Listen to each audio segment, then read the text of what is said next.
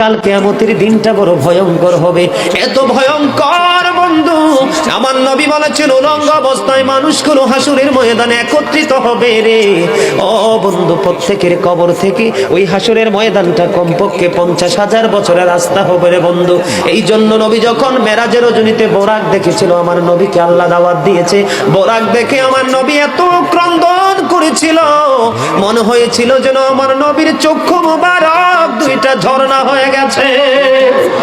এই যুবক, কাল কিয়ামতের দিন ঘাম এত ঘামবে রে, কেউ মাজা পর্যন্ত, কেউ নাভি পর্যন্ত, কেউ বা আবার পুরো শরীর বন্ধু ঘামের নিচে ডুবে থাকবে, আবার মাথার মগজ টকবক টকবক করে উতরাইতে থাকবে রে।